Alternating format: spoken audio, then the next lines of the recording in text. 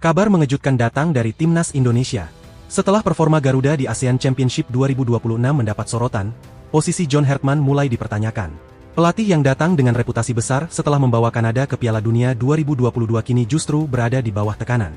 Lalu, apakah PSSI benar-benar sedang menyiapkan pergantian pelatih? Dan benarkah nama Shin Tae-yong kembali menjadi pilihan? Kabar mengenai masa depan pelatih Timnas Indonesia kembali menjadi perhatian besar publik sepak bola nasional. Setelah perjalanan Garuda di ASEAN Championship 2026 tidak berjalan sesuai ekspektasi, pertanyaan mengenai posisi John Hartman mulai semakin keras terdengar.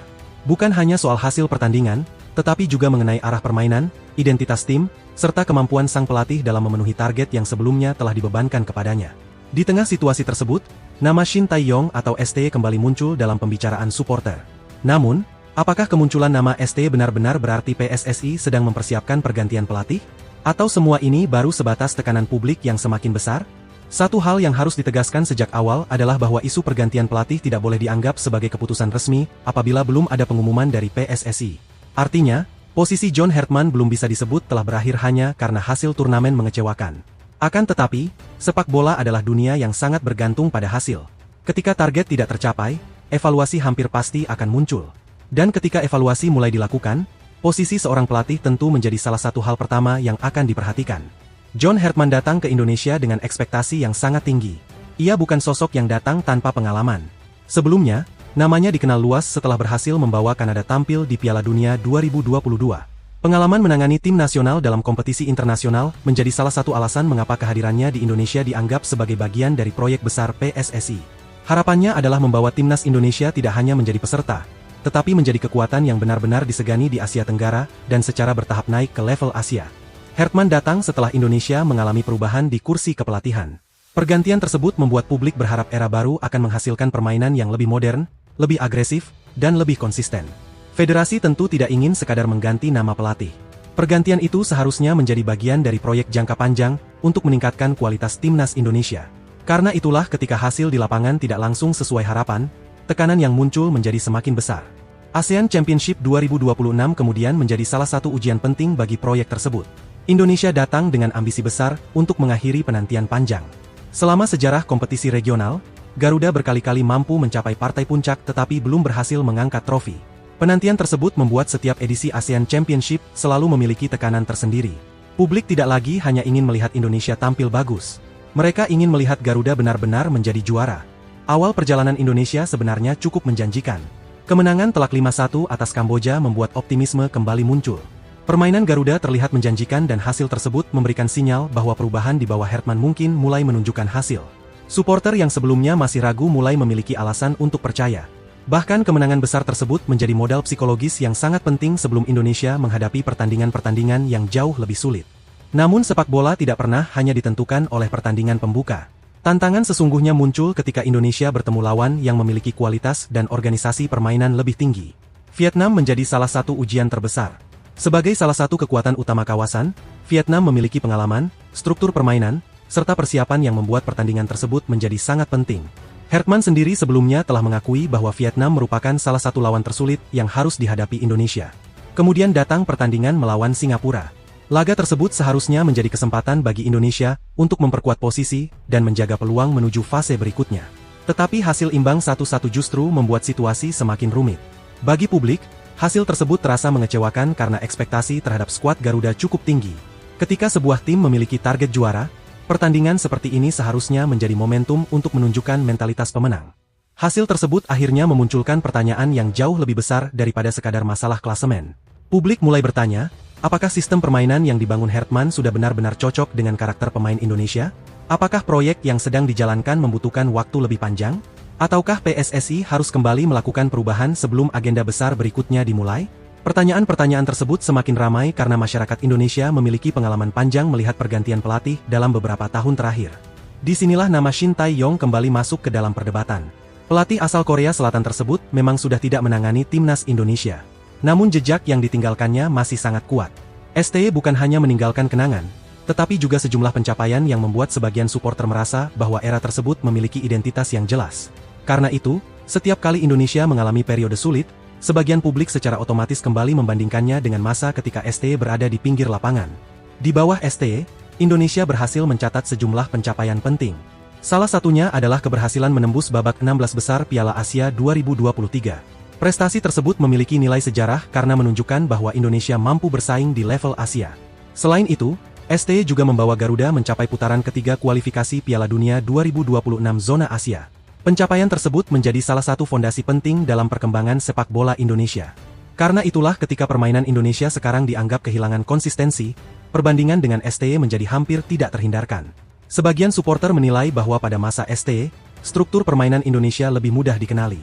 Ada pola pressing, transisi, keberanian memainkan pemain muda, serta pendekatan yang membuat Indonesia mampu menghadapi lawan dengan kualitas lebih tinggi. Namun tentu saja, nostalgia tidak selalu berarti solusi. Sebab situasi Hertman dan STY tidak bisa dibandingkan secara sederhana. Hertman merupakan pelatih yang relatif baru menangani Indonesia. Ia belum memiliki waktu bertahun-tahun untuk membangun sistem yang benar-benar sesuai dengan karakter pemain.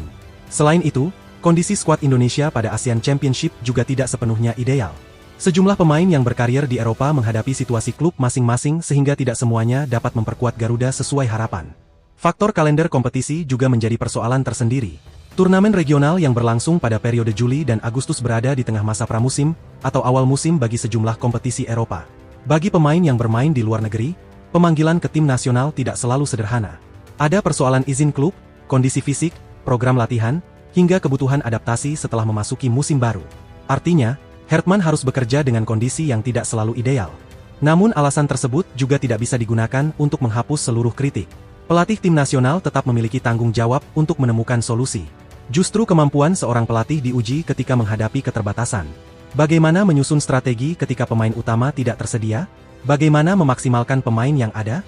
Bagaimana membuat tim tetap kompetitif ketika kualitas individu tidak berada pada kondisi terbaik? Semua pertanyaan tersebut pada akhirnya kembali kepada sang pelatih. Di sisi lain, PSSI juga memiliki tanggung jawab yang tidak kalah besar. Jika federasi benar-benar ingin membangun proyek jangka panjang, maka pergantian pelatih terlalu cepat juga dapat menjadi masalah. Setiap pelatih membutuhkan waktu untuk membentuk filosofi, mengenal pemain, mengembangkan sistem, dan menciptakan chemistry. Jika setiap kegagalan langsung diikuti pergantian pelatih, maka timnas Indonesia akan terus memulai proyek dari awal.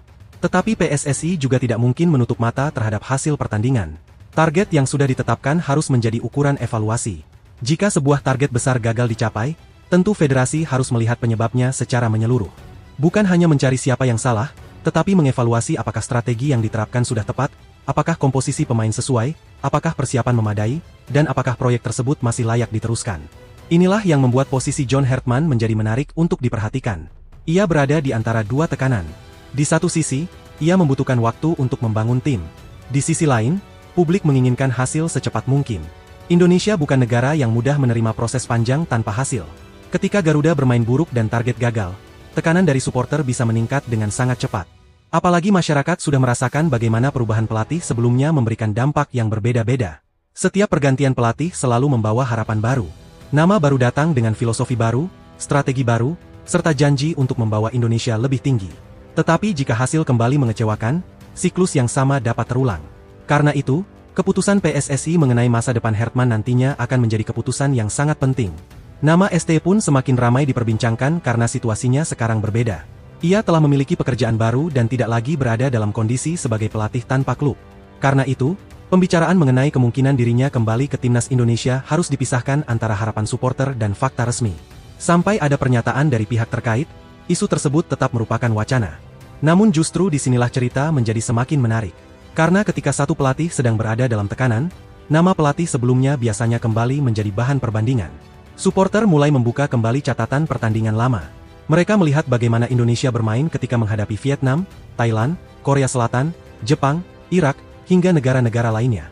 Dari sana muncul perdebatan mengenai apakah permainan Indonesia sekarang mengalami perkembangan atau justru mengalami kemunduran. Sebagian pendukung menilai STY memiliki kemampuan membangun mentalitas pemain. Mereka melihat bagaimana sejumlah pemain muda berkembang menjadi bagian penting timnas Indonesia. Ada pemain yang sebelumnya belum terlalu dikenal, kemudian mendapatkan kesempatan dan berkembang menjadi bagian dari generasi baru Garuda. Proses tersebut menjadi salah satu warisan yang membuat nama STY tetap kuat di kalangan supporter. Tetapi ada juga pihak yang mengingatkan bahwa era STY tidak selalu sempurna. Indonesia juga pernah mengalami kekalahan, kritik, kontroversi, dan pertandingan yang mengecewakan. Artinya, mengembalikan STY bukan jaminan otomatis Indonesia akan langsung menjadi juara. Sepak bola tidak bekerja sesederhana itu. Banyak faktor yang menentukan, mulai dari kualitas pemain, kondisi lawan, persiapan, cedera, strategi, hingga keberuntungan dalam pertandingan. Karena itu, keputusan PSSI seharusnya tidak hanya didasarkan pada tekanan media sosial. Jika evaluasi terhadap Hertman dilakukan, maka evaluasi tersebut harus berdasarkan data dan target yang jelas. PSSI harus melihat perkembangan permainan, hasil pertandingan, kualitas lawan, kondisi skuad, serta rencana jangka panjang. Dengan cara tersebut, keputusan apapun yang diambil akan memiliki dasar yang kuat. Jika Hertman dipertahankan, tentu publik akan menuntut adanya perubahan nyata. Tidak cukup hanya dengan mengatakan bahwa proyek membutuhkan waktu. Supporter ingin melihat peningkatan. Mereka ingin melihat permainan yang lebih terstruktur, transisi yang lebih cepat, pertahanan yang lebih solid, serta mentalitas yang lebih kuat ketika menghadapi pertandingan penting. Setiap pertandingan berikutnya akan menjadi kesempatan Hertman untuk menjawab kritik tersebut. Sebaliknya, jika suatu saat PSSI benar-benar memutuskan untuk mengganti Hertman, federasi juga harus memiliki alasan dan rencana yang jelas. Jangan sampai pergantian hanya dilakukan karena tekanan sesaat. Pelatih berikutnya harus datang dengan filosofi yang sesuai dengan arah sepak bola Indonesia. Jangan sampai Indonesia kembali mengulang siklus pergantian pelatih tanpa proyek yang konsisten. Sebab agenda timnas Indonesia tidak berhenti di ASEAN Championship. Setelah kompetisi regional, perhatian akan kembali tertuju kepada agenda internasional yang jauh lebih besar.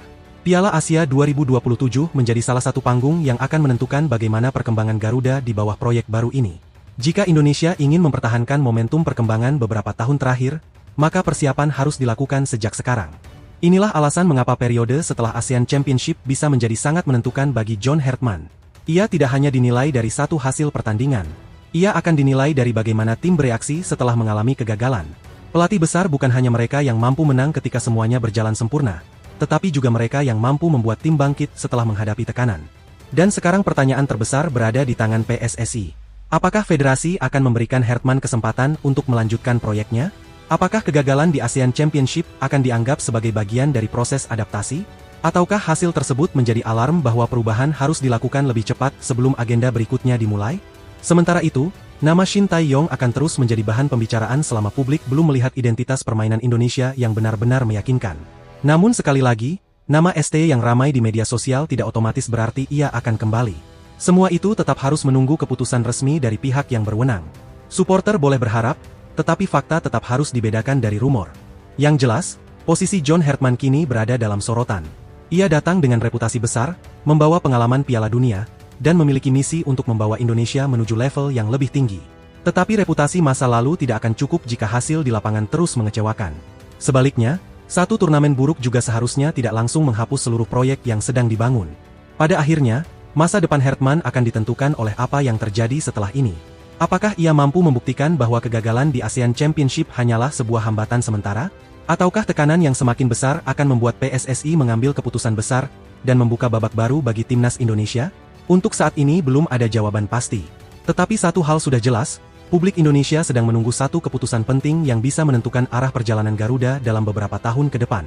Dan jika PSSI benar-benar mengambil keputusan besar, pertanyaannya bukan lagi sekadar siapa yang akan menjadi pelatih, melainkan apakah perubahan tersebut mampu membawa timnas Indonesia akhirnya meraih trofi yang selama ini selalu lepas dari genggaman.